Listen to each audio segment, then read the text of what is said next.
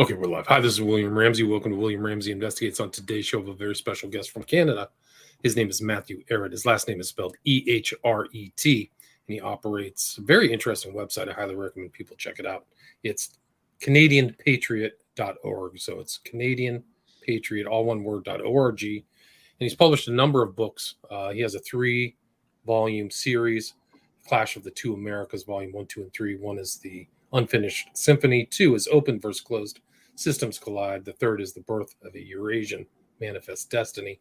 And then he has also another series of books, the Untold History of Canada. And some of the titles are The British Roots of the Deep State Exposed, A New Trans-Pacific Alliance May Now Take Shape, also Caught Between Two Worlds, How an Empire Perverted Canada's Destiny, and then The Green New Deal versus the New Silk Road, Deep State Drives for Depopulation as the World Grasps for a Real Future. Those are just some of the titles. So it has a handle on a lot of geopolitics, and very important things have happened in the last week around the world. But really what caught my eye was an article that was on his site. The title of that article was Pierre Teilhard de Chardin's Transhumanism and the Cult of the Fourth Industrial Revolution. And I thought it was really interesting because I know people have talked about Desjardins in the past, but I invited him on to talk about that, but there's a lot of other things to talk about. So I'm delighted that he agreed to the interview. So Matthe Ehret, welcome to the show. Hey, William, thank you for having me on. I appreciate that very, very generous introduction. And yeah, there's a lot to talk about, but if you want to start with Teilhard de Chardin, we can do that. Or if you want to start with something else, we can do that too. I mean, you've covered so many different things. I think you're trying to look at your country in the context of this kind of new geopolitical landscape. How did you get involved in writing about these topics? And can you just kind of go through your background for people maybe not have heard your name? I actually got your name from a listener of my show. He said you should have this guy on, so that's why I reached out to you. But cool. For people who may not know your background, can you talk about it? Yeah, sure. Yeah, I mean, I started the Canadian Patriot Review as a web magazine back in 2012 in the summer, just because there was a void, a vacuum. And I found that everybody who was talking about Canada as far as analyzing the economic system or the geopolitical situation were sort of treating it as though it existed as a nation state, a finalized, crystallized finished product as a nation state in a vacuum without much appreciation for the historical dynamics shaping the present conditions or the global chemistry internationally in which Canada plays a certain role. But what is that role? And so originally I had been involved with a Canadian history project with a few like-minded people. And that went on for a few years, trying to piece together what is this thing called a Privy Council? Why are we a monarchy? After all of these years and all of the American nations, all the way down to the tip of South America, everybody chose over the years to become a republic, but Canada alone remained a monarchy. So what is that? What does that mean as far as the actual levers of power? What role have we played geopolitically on behalf of a British Empire?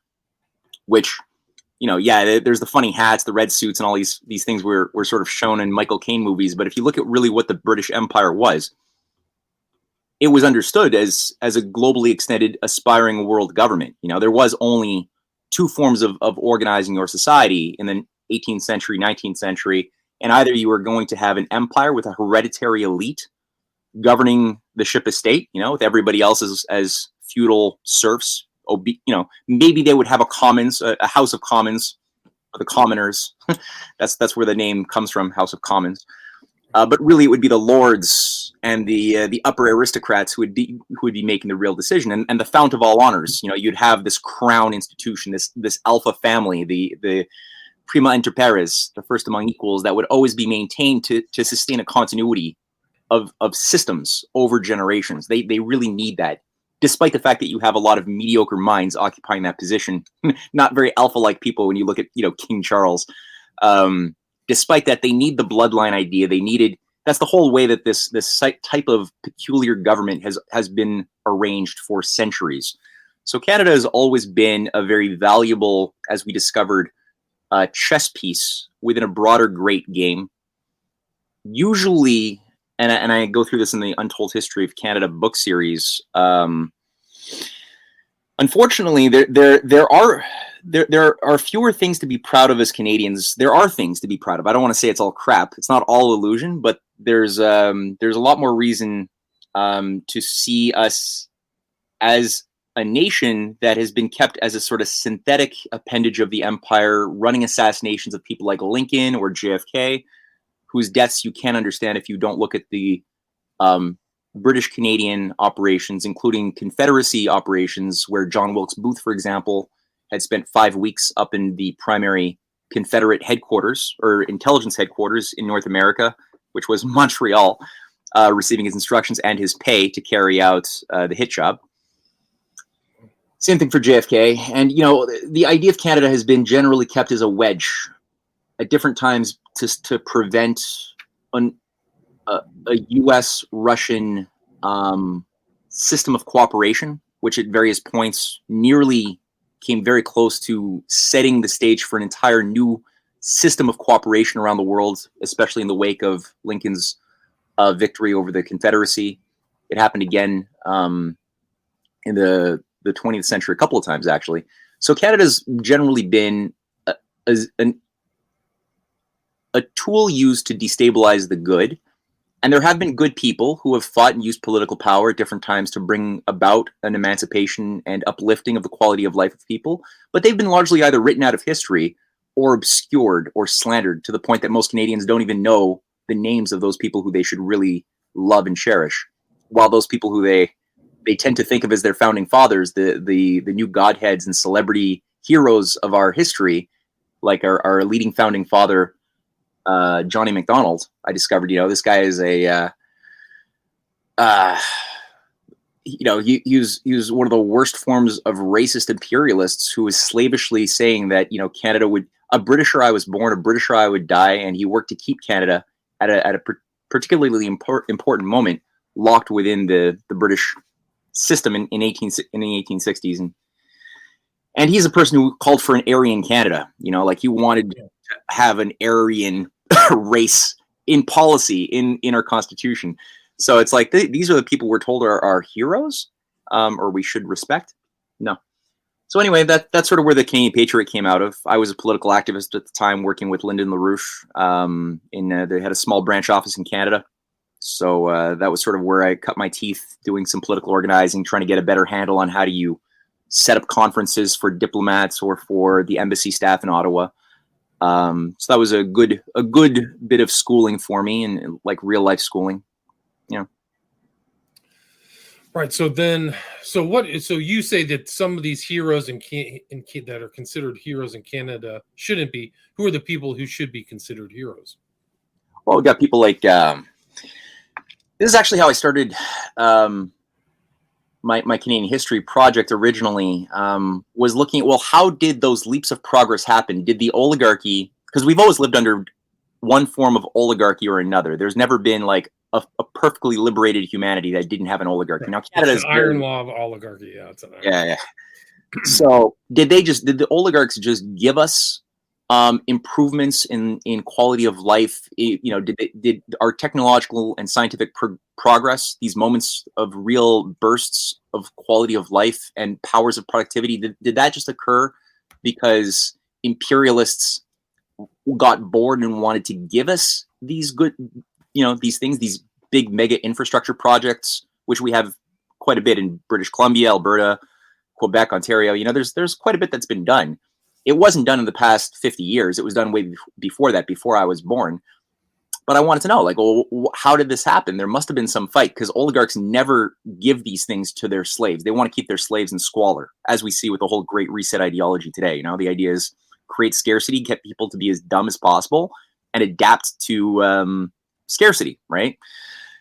So that's where I started looking at a lot of firsthand documentation and looking at the policies and the players at the times, the 1950s, 60s, around people like C.D. Howe, who was known as our Minister of Everything of the Liberal Party of originally William Lyon Mackenzie King, and then Yves Saint Laurent. And Canada being brought into the modern age by becoming the world's first country to have hypersonic jets. That was under his policy. Canada becoming the world's second nation to have civilian nuclear energy. That was under C.D. Howe, the biggest, some of the biggest water projects also under his lead. And then there are the people like W.A.C. Bennett. For 20 years he was the premier of British Columbia from 1952 to 1972, and he's somebody who, again, you can't understand even Quebec. Like, how did Quebec become a hydroelectric engineering hub of the world? Today, you know, like 90+% of our energy comes from hydroelectricity in Quebec. You can't understand that, ironically, if you don't look at British Columbia and W.A.C. Bennett, because W.A.C. Bennett led a fight against these Malthusians and Rhodes Scholars who had been embedded both in Ottawa but also within his own provincial cabinet. And he had sorry to interrupt, but that's still a problem today in Canada too, right? Yeah. Well, Chrystia Freeland, right? I mean, the Rhodes Scholar problem has always been a bane of our existence. And W.A.C. Bennett did battle with these creatures. He fought to nationalize, Power Corporation of British Columbia, which was refusing to allow for the development of new hydroelectric dams or anything, and was keeping the rates of energy extraordinarily high, so that your average citizen couldn't access affordable energy, and you couldn't develop a real nation building strategy with those artificially high rate hikes or rates of energy. So he nationalized it, and he forced this new instrument to become a tool for progress, and built some of the biggest dams in the north, the Peace River dams, the Columbia River Treaty dams on the BC side. He led with the help of John F. Kennedy. When he was getting a lot of resistance in Ottawa, JFK directly stepped in and said, "No, I'm giving my full support to Bennett." And he was also developing rail. So the idea of connecting rail from British Columbia up into Alaska, which is still to this very day not done. He moved it quite far ahead, and it was sabotaged when he was ousted. And the green, the Malthusian ideologues came into play really in the 1970s when he was gone. And all of those things never happened again. And I said Quebec, you can't understand Quebec if you don't understand BC.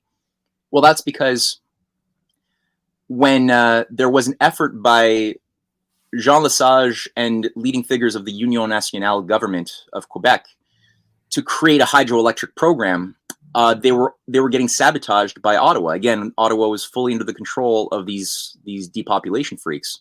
And so the only way they got the revenue, the money, which was not being granted by the federal government, and they didn't have the means at the time to fund it themselves in Quebec, W.A.C. Bennett met with Jean Lesage in 1963 or 64 and provided him a $100 million loan. And it was that loan that drove the development of all of the big hydroelectric dams around the James Bay, upper Quebec. Everything was all a BC loan, ironically.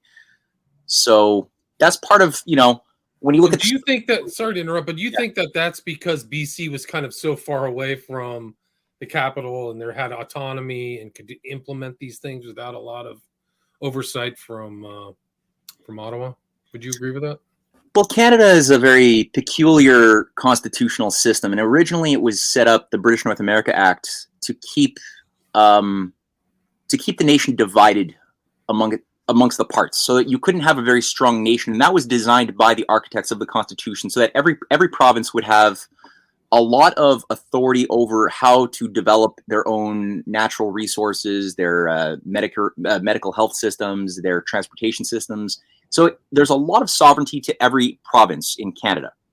Now, again, like I said, it was originally done. I think it's Section 92 of the Constitution. I could be wrong. Or I shouldn't even call it the Constitution, because it's not a constitution, whatever that thing is. But like I said, it was originally done with a bad intention, and Canada never even had the right to have free trade amongst the provinces, right? So divide to conquer, keep the nation weak by having the parts have more power and not have any real sovereignty as a federal government. Now, the banking system, I'm saying this in a circuitous way to set the tone, but I'm going to answer your question, because you're partially right, but I think that there's something missing. The banking system was always kept from the 19th century highly centralized, and we've always had too big to fail. There was only 5 or 6 major Canadian banks ever. And then you had smaller credit unions, and the credit unions were very important in Quebec, especially in BC, to get around the big 5 too big to fails. But they always had a revolving door with Ottawa and the different privy councillors installed into positions of authority.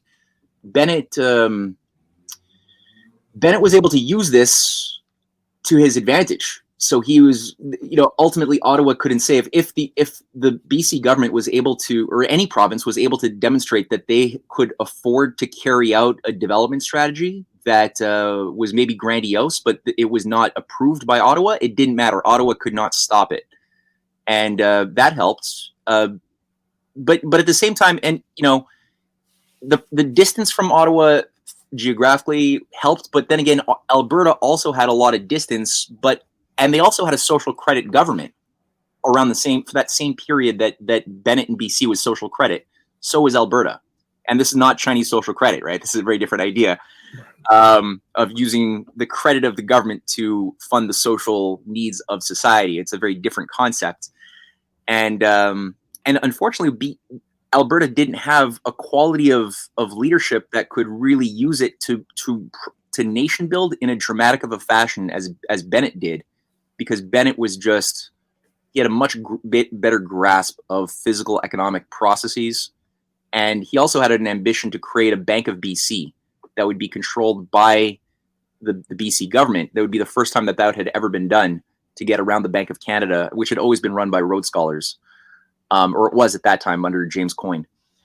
So that unfortunately did get sabotaged, but he just had a good sense of how do you properly manage a real functioning economy without just becoming a resource extractor. And that's always been sort of the Canadian model by the British Empires: keep Canada a hewer of wood and drawer of water. We have a lot of resources, so we don't need industry. We don't need factories. We just have to cut down our trees, sell, furs. We have oil, coal. We don't have to develop the means that transform these raw materials into something useful. That would be for the mother country. They have right. Yeah, that was the whole idea. Send everything back to England. And that's always been the Alberta trap. So Alberta never fully got rid of, or they never escaped that trap of saying, being told you can make a lot more money just not having industries, just stick with resource extraction. And to this very day, that's why if the oil markets go haywire, Alberta's economy goes to crap. And they don't have a full spectrum economy to back them up. If one thing goes down, you don't want to have all your eggs in that basket.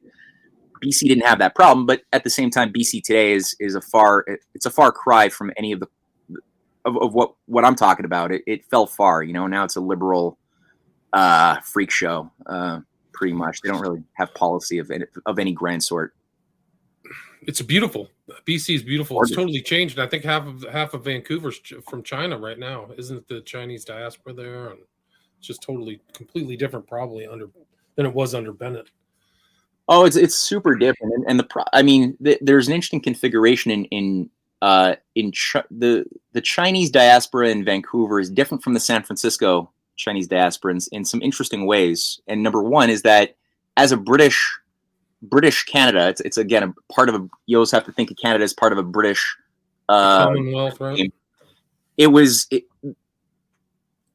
The worst. And I'm not saying all Chinese in Canada are like this, but some of the worst triads, the worst deep state operatives of China at different times, there's been a lot of crackdowns and mass arrests by the Chinese government starting in the late 80s and 89 against these different deep state officials. That was around the period that George Soros was banned from China. It's because Soros was bankrolling with the CIA, a massive Maidan color revolution type of operation to bring in their own Chinese Gorbachev, Chinese Yeltsin character named Zhao Ziyang. And when that failed, all of these CIA operatives, and Zhao Ziyang, who was the head of the Chinese Communist Party in '89, he ran a think tank with George Soros. They actually co-ran a think tank, just to give a sense of how much influence Soros had over China back then. And he was thrown into house arrest, where he rotted and died 15 years later. But all of his key allies who were working with Soros, they all had to escape arrest. Some of them did go to jail, but the other ones made it through Operation Yellowbird via Hong Kong with the help of MI6 and the Triads into Vancouver. And so they were given sanctuary to run an operation, an international operation over the past 30 years. And there's been other infusions of Soros affiliates from China who came into Canada, and again in the late 90s when Hong Kong went back to China, and a lot of the criminal elements were like, shoot, what's going to happen now that Beijing's going to start having influence over Hong Kong again? Are we going to go to jail? So they bought their villas and manors in British Columbia and Toronto. That's why you have a lot of triad problems here too. Whereas in San Francisco, you don't have. It's a very different configuration. They tend to be more pro mainland. They're not as it's a different psycho-spiritual character of the Chinese people. Well, they've been the ones in San Francisco have been the 3-4 generations deep. You know, they're much more tailored to the American sensibilities. Yeah, I would say. Yeah, a lot of them were still. They came in from the Chinese. I mean, the Chinese built the rail systems in Canada and big time U.S. rail systems. So yeah, I mean, a lot of these people go back to the 19th century. And that is kind of an interesting thing. You talk about the rail system in BC. You're kind of an advocate of a rail system that goes through Alaska and kind of links the world, right? Yeah. Can you talk a little bit about that? Yeah, sure. Well, like I mentioned, that was what W.A.C. Bennett was moving towards with his BC to Alaska rail program. They had conferences back in the day called the Alberta, Yukon, BC conferences. They would happen every year. And, you know, Governor, forgetting the name now of my Alaska governors of the day, but they were really good.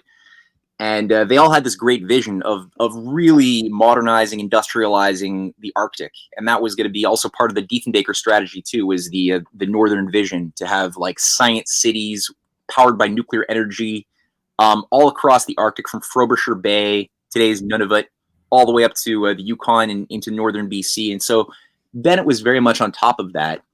And like I said, the rail line today just ends at Dease Lake, which is very much north in BC, but there's still 1,000 kilometers of nothing.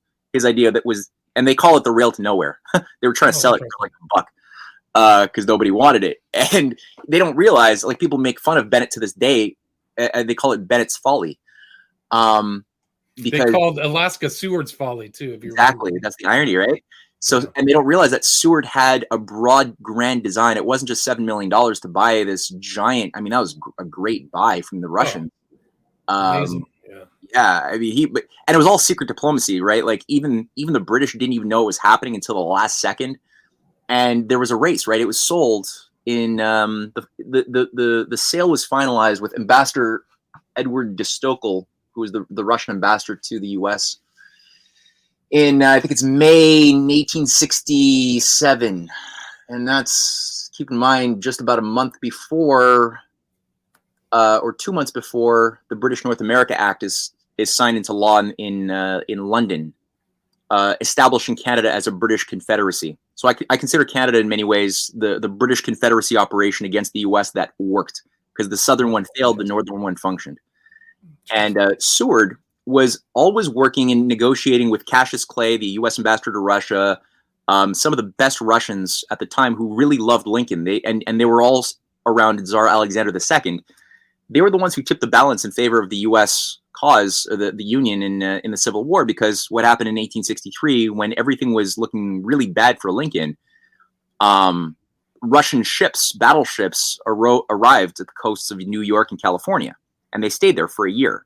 And they had direct, as Alexander II even relayed in an interview with Charles Wharton Barker, a banker later on, he made a point that this was understood as a message to the British and French empires that if they were to openly enter into the war as they had planned to on the side of the Confederacy, that would be a war with Russia.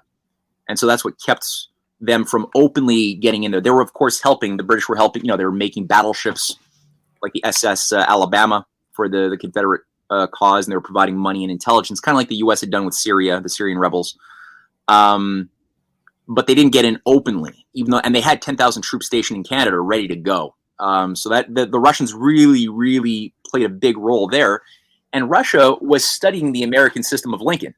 You know, so you had whole networks of Russian statesmen and economists studying how did Lincoln use the protective tariff system, use constitutional banking through the greenbacks. How did the American system function in such a very special way that allowed for the building of the Transcontinental Railway, which was begun also in 1863 in the height of the Civil War? You're like, you know, people are like, well, was Lincoln stupid? Didn't he have other priorities that were more important? It's like, no, he understood that you'd have to create a new type of spirit with a very positive idea of manifest destiny versus the crappy imperial idea of manifest destiny that was big in the South. to animate the best parts of the spirit of the people coming out of the Civil War, and opening up the West was a big part of that. And so the Russian side, they were looking seriously at building the Trans-Siberian Railway, which only got its start officially in 1890, but they were setting the groundwork since the 1860s. And so the sale of Alaska at that moment, again, I go through this in the Untold History of Canada book series in thorough detail, that was very much tied to the idea of extending Lincoln's Transcontinental Railway, it was finished in 1869, the first one. There was planned for about 4 more. And that was supposed to extend up north through British Columbia, where there was a massive, I mean, it was an economic disaster. You know, British Columbia, Canada back then was pretty much, I think, maybe 12% of the surface area of what we know of today. You had 4 little colonies in like upper and lower Canada, you know, a little tiny bit of Ontario, a little tiny bit of Quebec, a little bit of like 2 maritime provinces, and that was it. And then there was like, what was the rest of Canada? Well, 95% of the surface area was Hudson Bay territory. It was owned by the Hudson's Bay Company, and that had been, it was called Rupert's Land, you know, and that had been the case for 200 plus years. And so the Hudson's Bay territory was highly enmeshed with the British East India Company. Their mandate was to prevent the development of the nation. And also you had a lot of Jesuits working in intelligence as well, you know, manipulating different native tribes to either go to war with each other or become instruments of an imperial agenda. So there was a lot of manipulation of the natives too. That was messed up.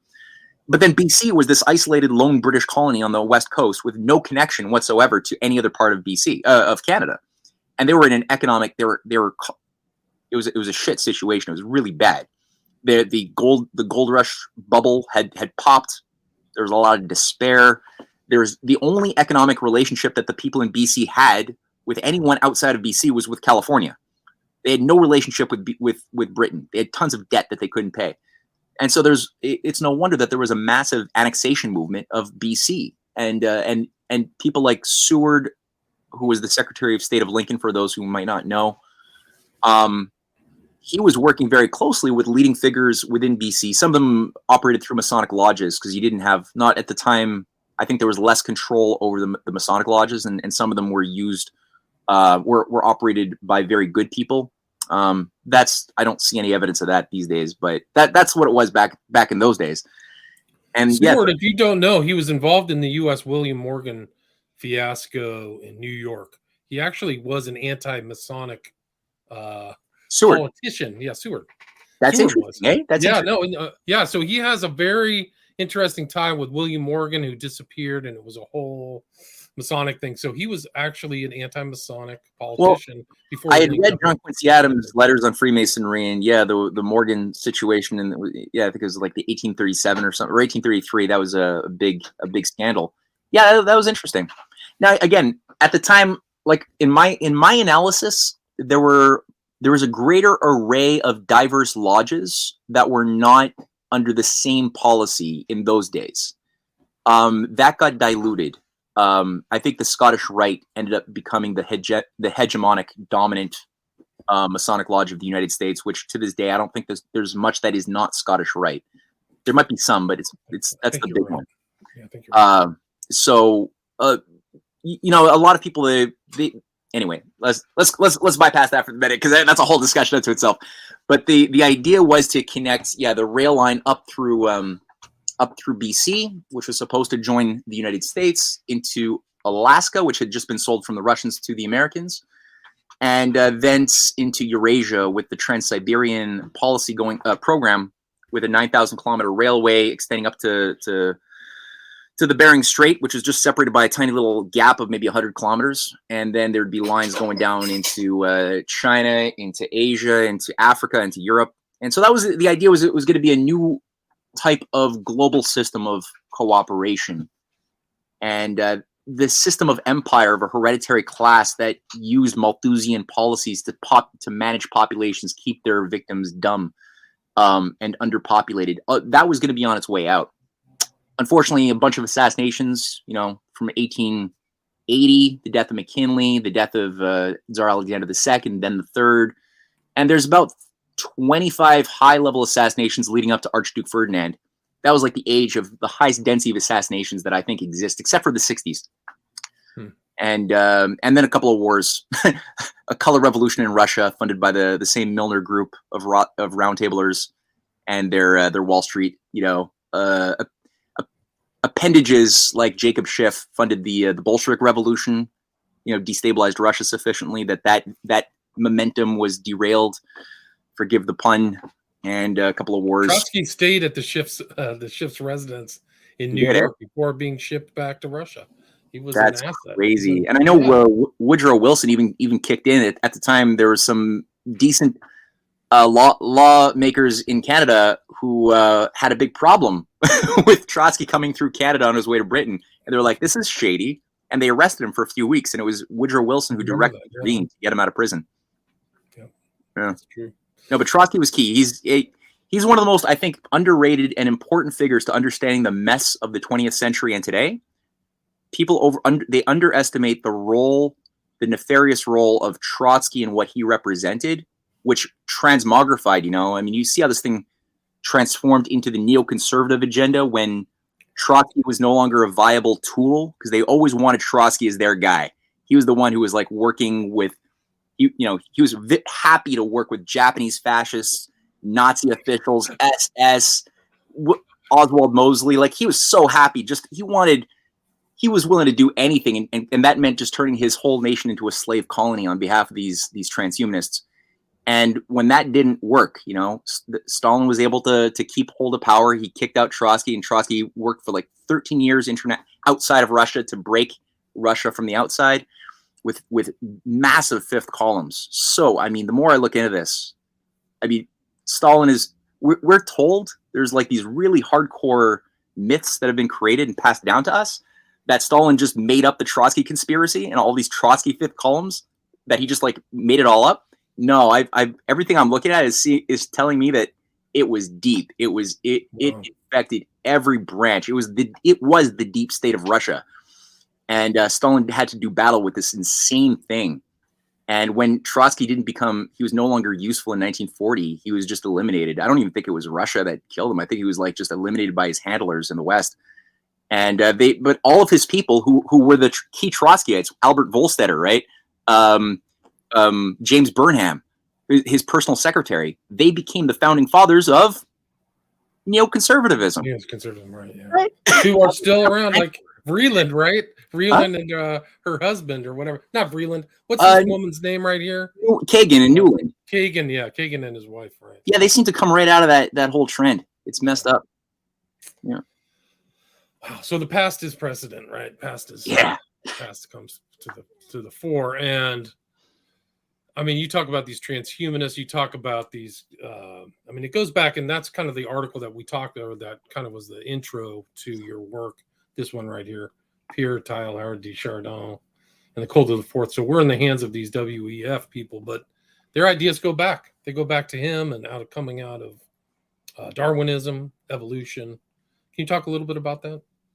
Yeah, well, that was a big part of I mean, people treat Darwinism as if it is some sort of a scientific idea, and it really was never that. There were other ideas in the 19th century around the time of Darwin that were much more competent at explaining the mechanism behind the evolution of species, because the fossil records were becoming something explored a little bit more. There was a sense that there was this, that the living systems of the past are different from today. But when you read the writings of a lot of these other scientists, like you could look at Lamarck or Carl Ernst von Baer or James Dwight Dana, the American biologist, who were all contemporaries of Darwin. They were all looking at the role of perfectibility, harmony, intention, design, embedded in the fabric of the universe that would explain why certain species would disappear and certain species would come online, certain attributes would become expressed. And it had a lot more to do with cooperation than it did with trying to have a survival of the fittest in a world of diminishing returns. And Darwin, as he expresses himself in his autobiography, always got his core ideas from Malthus, his studies of Thomas Malthus. And he's explicit. I mean, I quote from Darwin's own hand, saying that it was only when I read Malthus's on the essays on population that I finally had a sense of a mechanism by which to work at. And so Darwin was always handled by a guy named Thomas Huxley. That was his bulldog. Thomas Huxley was a high-level official, a misanthrope, like somebody who religiously just hated human beings. Was very creative, though, and he was a Royal Society official. He set up an organization called the X Club. It sounds like a Marvel comic, but it's actually what they called it in the 1860s. And from there, they set up their main propaganda instrument to try to promote the idea of Darwinism as the only solution if you don't want to be a literal believer in every word of the Bible, because you were told you have to be you have one of the two to be. Pick one extreme. Either you're a Darwinist and then you're a science. You will respect your opinion as a scientist, or you could be a creationist who believes that the world was created 6,000 years ago and everything else is literal. Be one of the two. And Huxley would set things up like he would make these, very highly publicized debates between some religious fanatic or another from the Anglican Church, which he would be able to, eviscerate pretty effectively, and the media would just relay that to the audience. And the propaganda magazine was called Nature Magazine, still exists to this day, pushing bad science to this day. So the problem was the church. Christianity was still not falling for Darwinism. There was still a sense that that human life is sacred, that we have a soul, we're made in the image of God. These concepts were believed not just by the Catholic Church at the time, because there were bad Catholics and good Catholics, but it was also something that the founding fathers believed very deeply in. That's what gave birth to the best of the American Revolution, that all human beings are endowed by the Creator with inalienable rights, because it's not like we have a hereditary elite that gives us rights. We're all sovereigns, right? And that philosophically comes from the idea of being made in the living image of God. So that had to be crippled and undermined somehow. So they took a long-term strategy, and the Jesuits at the time were one of the most useful instruments to embed this new ideology into the Catholic Church, which, in the 1890s, the Catholic Church had banned Freemasonry. The Pope, I think, is Leo. I get my Pope names wrong sometimes, but there was a leading Pope who had banned the Freemasons. There was a major refutation of Malthusian ideology from the papal encyclicals of the 1880s and 1890s. That it is good to have more people. That's actually a good thing, because when there's more people, there's more souls and there's more problem solvers. So it wasn't seen like human beings were useless eaters. It was a blessing to have people. Because, again, if you give people the ability to actualize their potential and you don't stifle that like an empire must do, it's great to have geniuses, right? Composers and musicians, and that's a wonderful thing. So the church took a very strong stand on that. And so Pierre Teilhard de Chaldée comes into play at this time because he is part of he's recruited to the Jesuits early on. He's part of this is when he's studying in France. He's recruited to a grouping, a nest of modernists. And the modernists within the Jesuit order are pushing this philosophy that the Catholic Church must stay relevant by adopting the scientific norms of the day and age that they live in. Also artistic norms too. If you wonder why, anybody wants to know why a lot of the churches that were built in after the 1960s in Canada or the US, they're ugly. Why are they ugly? It's because there was a whole philosophy of adapting the church policy also in the arts to the norms of whatever aesthetic is dominant at that moment, even if that aesthetic is sick as hell. It's just like, you have to stay relevant, don't you? And so if Darwinism becomes popular, then that has to be synthesized into the Christian doctrine. That's the philosophy of the modernists. So I don't know about some of the details of what made this kid so. There were a lot of modernists, but he really stood out. He was really ambitious, and he saw himself as he describes, a Messiah figure, or a Moses, who is going to reform Christianity. That's how he saw himself early on. So what gave him that fanaticism, I don't really know. But the way to do it, he basically, his job, his assignment in life was to infuse Darwinism into Christianity, into Catholicism specifically. His first assignment early on was to set up a hoax. It was called the Piltdown Man. So he's part of the team that discovered, some little fragments of bones or a jaw and a few teeth in Britain somewhere. He was like going for a walk, and he was like, "Oh, a bone and some teeth." And they find this deposit of just bones that they piece together, and it's discovered later on that they took basically, I think it was a dog's or a monkey's jaw, and they stuck a human cranium on it or something, and then painted it. But it really was polarizing. It was electric, and the propaganda machine went to full force. And this was sort of the thing that was the missing link, because the big Achilles heel in Darwinism is, where are the missing links? Like, where's the gradualism? Darwin says that all species change gradually, slowly. So we should, in the fossil records, right, we should see small gradual changes, but we don't. Empirically, we find these discontinuous leaps from system to system, right? Where it's like, well, what happened in between, right? And so this was, the Piltdown Man was an attempt to fudge the data and fill that, to try to get across that, yeah, somewhere between Homo erectus and monkeys, we got this quasi-human monkey Piltdown Man. And so again, that was a hoax. And even though people started discovering, I think by the early 20s, it was a scandal that was pretty big, he didn't give up. And then he plays a role later on when he's kicked out of the Catholic Church. They're like, no, you're his writings were really heretical.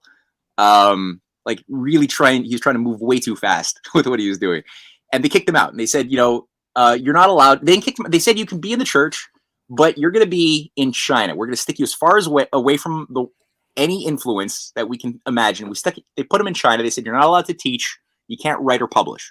You could do good missionary work. So he spent 20 plus years in China. Now, this guy was, according to his own diary writings and letter writings, he despised Chinese people. He thought of them as subhuman, Untermenschen. He was a follower of Friedrich Nietzsche. So a Catholic priest following Friedrich Nietzsche, right there, you got a problem. He never bothered to even once try to learn the Chinese language. He's there for 20 years. You're in a country 20 years. You're never going to learn the Chinese language? Like, you kidding me? He didn't care. He was just looking for his opportunity to get back into play. And he found that in, I think it was like 43 or 44, and he found himself on a team now all of a sudden excavating the Peking Man. And the Peking Man was like, okay, here's how it goes. The Piltdown Man was a hoax. Too bad. But now the Peking Man, that's the missing link. Now we found it. And even to this very day, there's actual scientists who still treat this as if it were a discovery, despite the fact that the bones that they say they found, that Teilhard de Chaldin played a role in popularizing, disappeared after they put them on a crate onto a train. The British just sent that train off to some museum. They got lost along the way. We have Chaldin's description of what the bones are. Nobody actually has evidence of this thing ever having existed, this missing link. But despite that, this one has successfully hung on and maintained itself in the mythology down to the present day. Now, the last thing, and which is where I started looking at Chaldin, is I had noted when I was reading the works of or reading the transcripts of speeches of people like Yuval Harari, the lead misanthropic schmuck philosopher at the World Economic Forum, and people like Ray Kurzweil as well, lead Google engineer, and other transhumanists. They're all transhumanists. Elon Musk, transhumanist. Mark Zuckerberg, they're all transhumanists. So I'm like, okay, they seem to be talking, especially Kurzweil, about this idea of a singularity.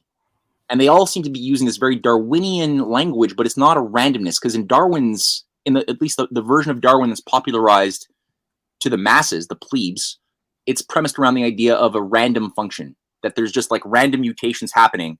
And every once in a while, you roll the dice, you get like a million, sixes in a row, and you get a bigger claw.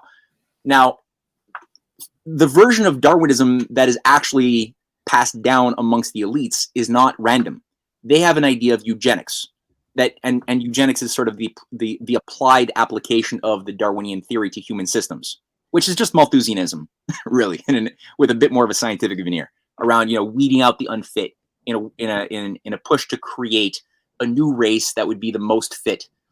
Now, the thing is, who's going to be the natural selectors? It's not God. So who are going to be the people deciding who is fit and who's unfit? Who's going to be euthanized and who's not? who's going to be genetically modified to be better, who will determine what those characteristics are, right? And then you get this arrogant, elitism that you can't get around. So these guys like Zurwal, they're all talking about this teleological moment in the future pulling us towards this moment, the singularity, at which point they're saying, as technology, that in their view, as technology increases and human freedom decreases in relative similar proportionality, that singularity is going to be a threshold moment that you can forecast, at which point technology, they say, will become thinking, feeling machines, right? It's a cult of artificial intelligence, at which point we will either go extinct because that new computing AI will replace us, very, very Terminator 2, or we merge with that machinery, using CRISPR or test tube babies, or integrating machinery and computing chips into our brains, whatever. So there's this whole like nasty theology. It's a satanic theology around it. And where does Tayal de Chaldee come in? So this idea of the singularity, this new age pulling us into the future, comes from, at its heart, Chaldee. So Chaldee was the first to put forth the idea of transhumanism in his correspondences with Sir Julian Huxley in the early 50s. They met a few times. Chaldee played a role in some of the founding institutions around UNESCO after the war. But they were real kindred spirits. And again, Julian is the grandson of Thomas Huxley, Darwin's bulldog, right? The handler of Darwin. Aldous had a different role to play. Julian was a little bit more assigned to the scientific warfare domain. Aldous, people say, he was like a great prophet warning us of the dangers of totalitarianism. No, he's a predictive programmer and a eugenicist as well, Aldous. His job was, he had bad eyesight, he couldn't be a scientist, his assignment was cultural warfare, and that was his job. And popularizing things like LSD, doors of perception, his prized soma. So they all sort of like worked synergistically together. And so Tayal de Chaldee, he created and sort of systematized the idea of a new pseudoscientific religion for the elite, and that was transhumanism. And he calls again for the integration of Marxist-Leninism, which is really a form of Trotskyism, actually, is what he's pushing for, into the Catholic Church, which gave birth to a process that became known as liberation theology.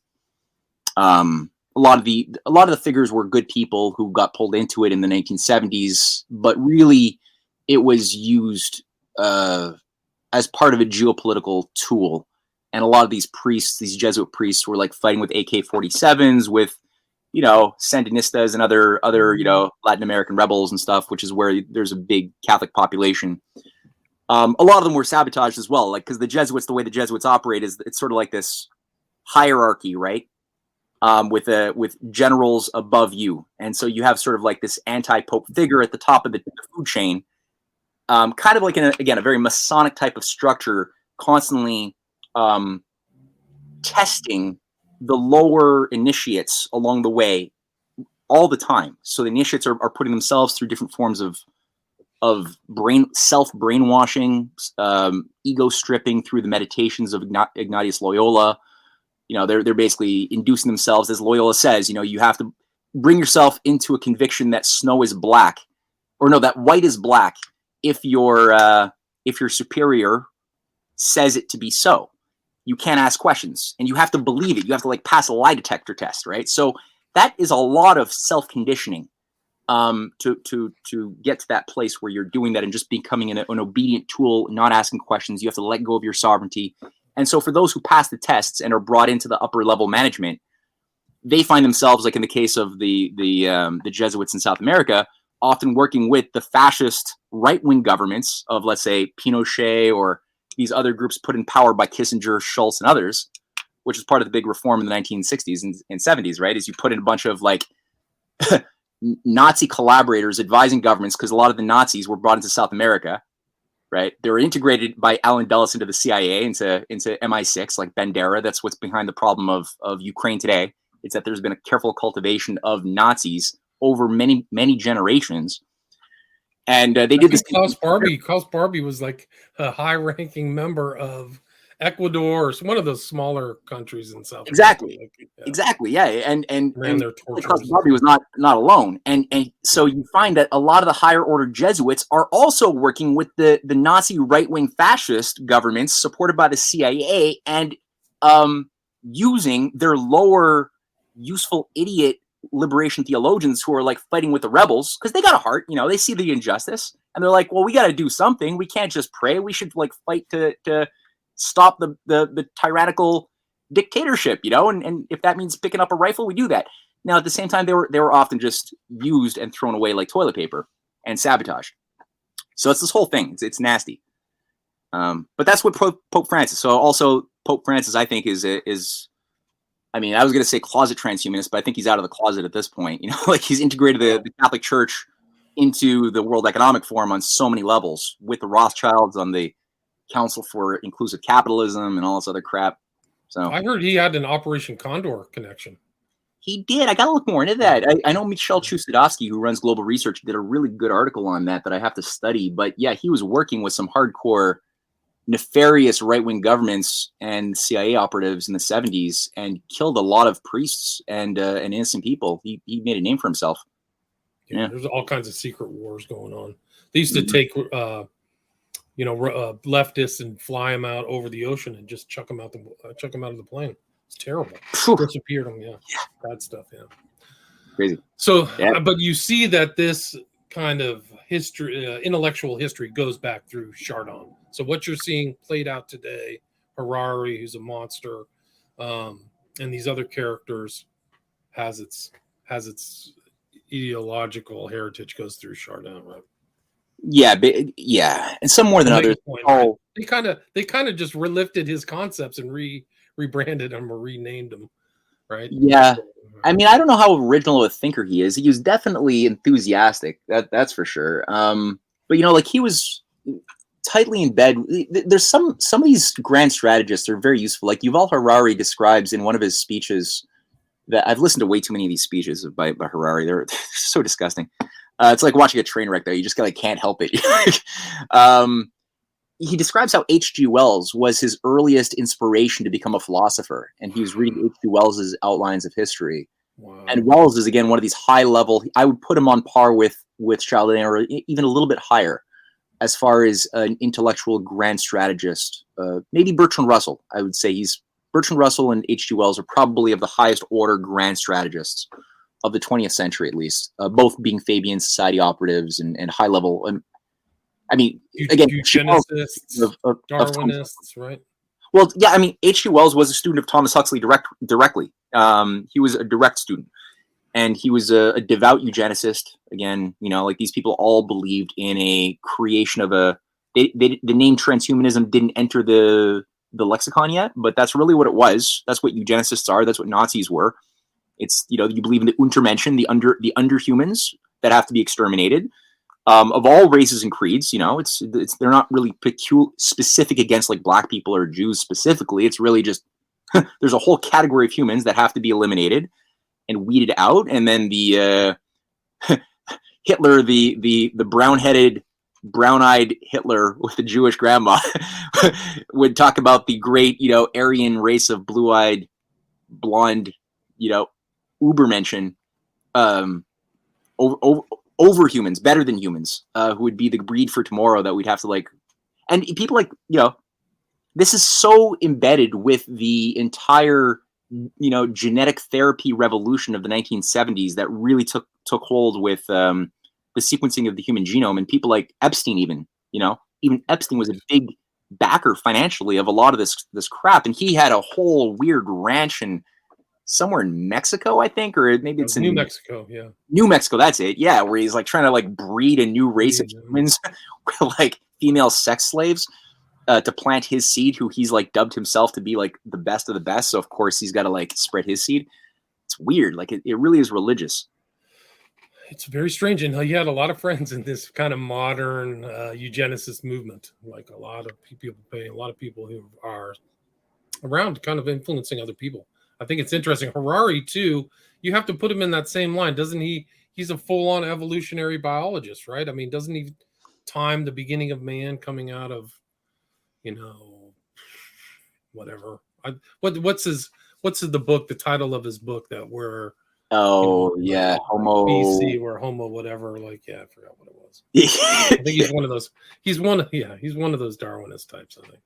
Yeah, I mean, he's it's interesting to hear him speak because, like, he describes, he just puts it into such clear words. This idea, he's like, there's the Big Bang. I remember him saying, like, the Big Bang happened 13.7 billion years ago, and he goes through one of these stupid, like, simplified all science history in, like, 10 minutes, and he's like, and everything has been random without any cause. The universe doesn't care about any of us, and it's all just been randomness until now. And it's like he's trying to give a sermon to a bunch of, at a pulpit, to a bunch of technocratic, anti-humanists. And he's like, but now we've finally achieved intelligent design for the first time in all of existence, except the intelligent designers are not God. It's going to be the CEOs at Google here at Davos. And we are the intelligent designers who will then be able to control and upload our souls. The cloud won't be heaven. It will be a cloud that we upload our digitized identities into, our brains into, or something, because they want to cheat death. And I think ultimately a lot of these guys, Ray Kurzweil is like fixated. He's written books about his fear of death and how much he wants to bring his dad back to life because he's got unresolved stuff with his pop, that's like psychologically a big thing in his head that shapes this. Again, Ray Kurzweil, right? Like, leads engineer at Google.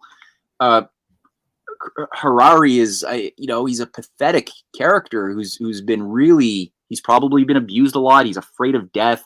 He wants to upload his soul into the cloud and maybe have it installed by USB into some, like, cyborg in the future or something. I don't know. But yeah, they're really not able to deal with the reality of the death of our bodies, because if you were actually looking at good religion, Christianity, any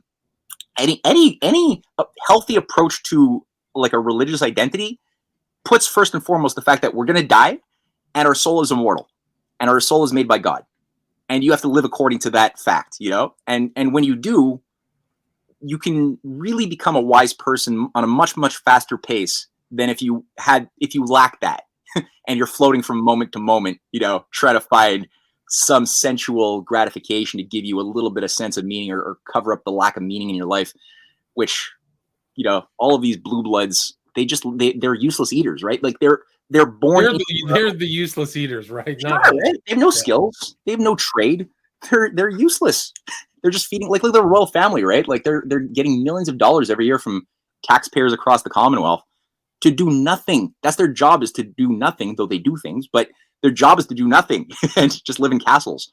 Like, that boredom has to be filled by something. And unfortunately, they find a lot of they got like a hypertrophied logical side, which can really take over and crush any human sentiments in time, and they pass it on to their kids.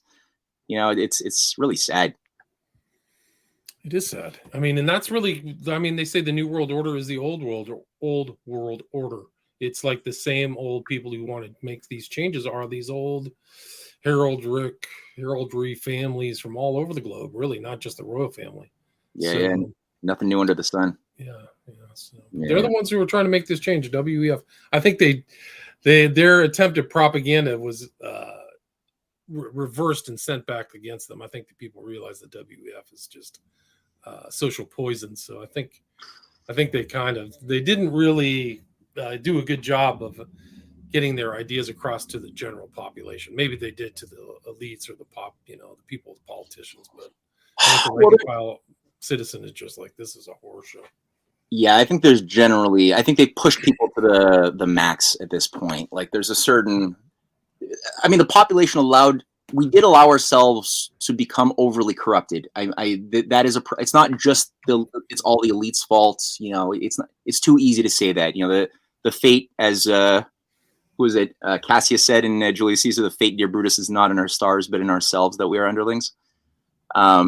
the masses allow themselves to be poisoned, and there are certain cultural norms that have really, it's rotten.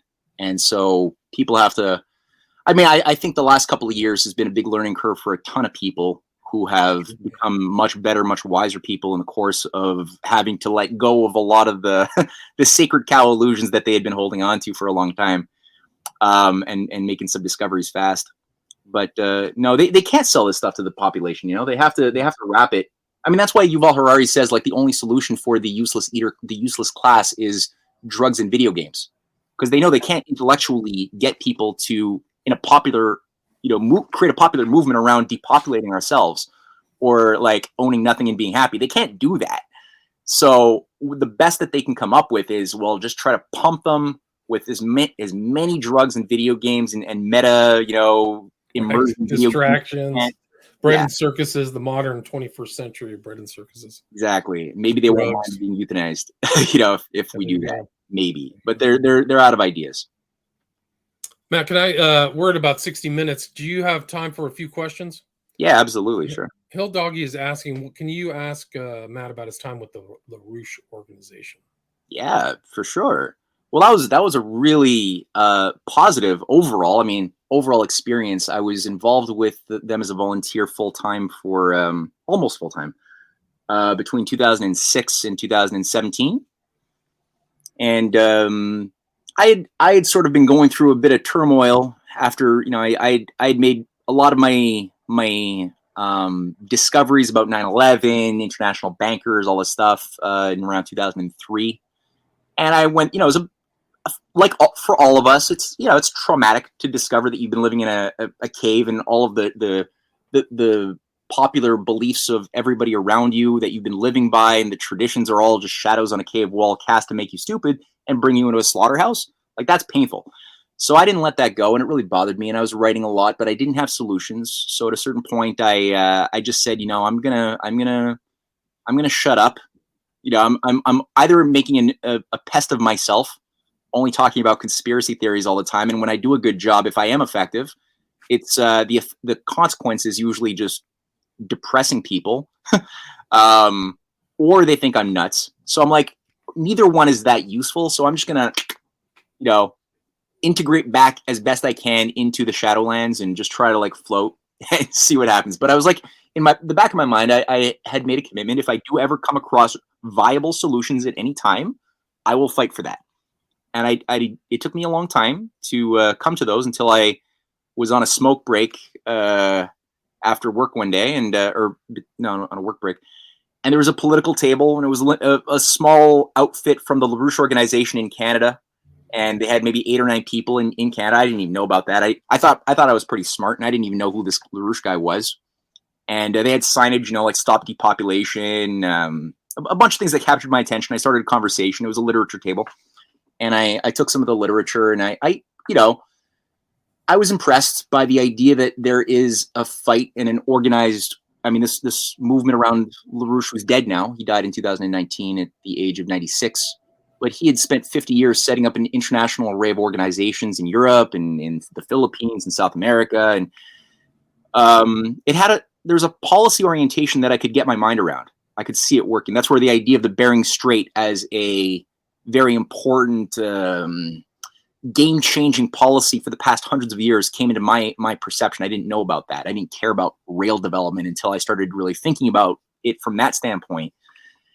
And so, yeah, I volunteered, and like I said, it was a Canadian branch. And like I alluded to at the very beginning of this chat, LaRouche spent a lot of time hammering at the British Empire as a still existing thing, which at first I thought was crazy until I started looking at, well, what killed JFK? What took over the U.S.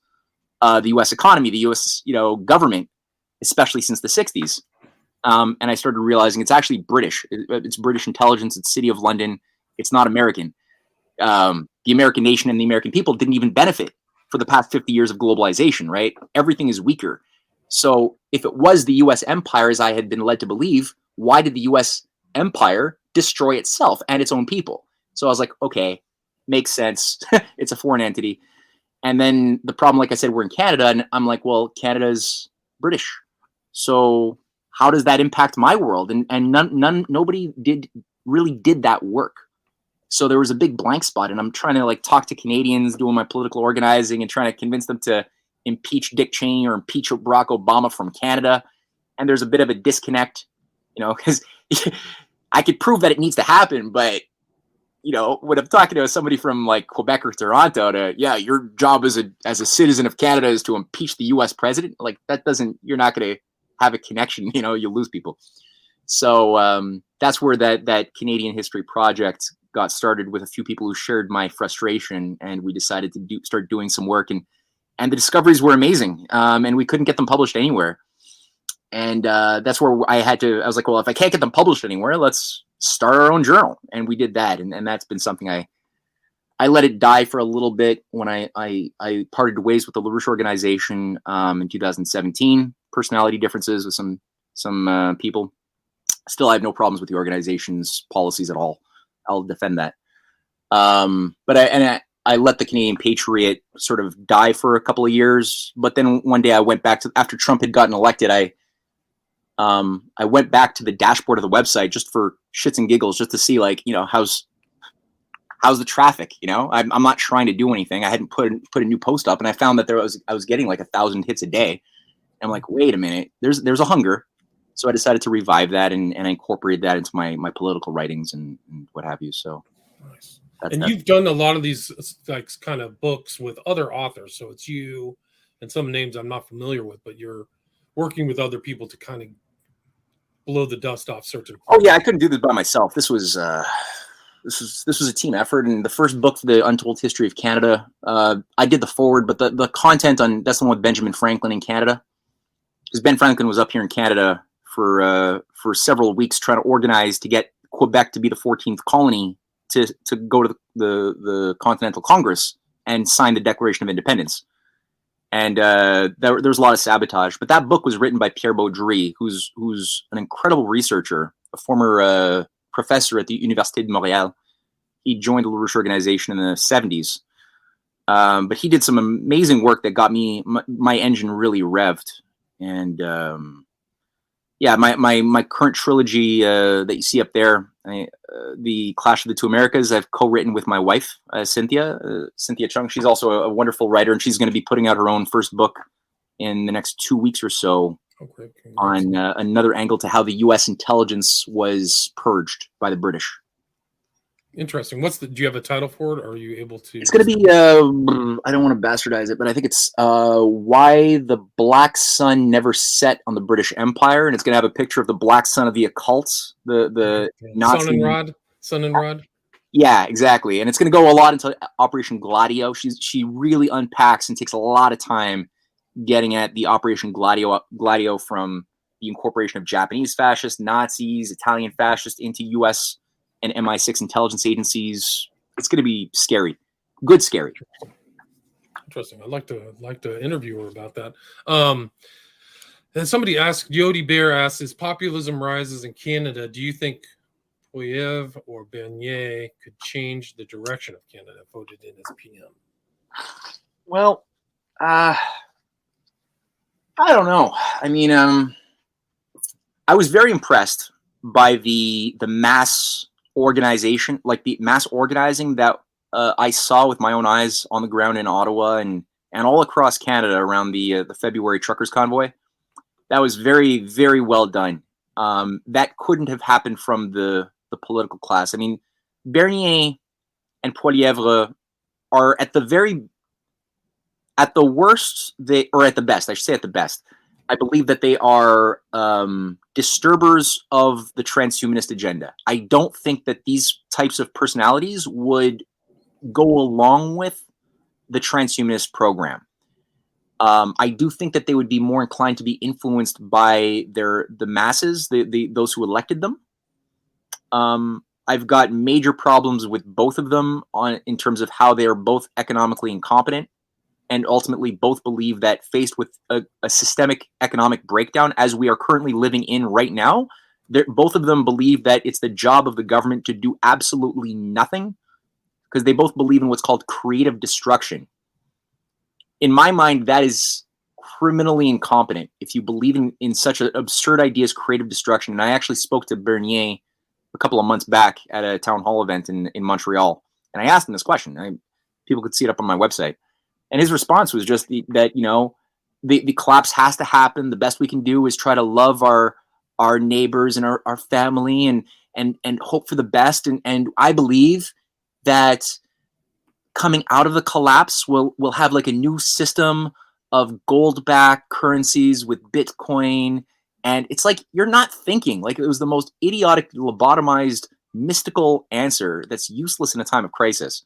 So I'm very unhappy with both of their hyper Austrian school to the extreme ideology, which ignores all precedents, both in Canada, US, and beyond, on how to actually carry out a political economic fight with an oligarchy. We can do it.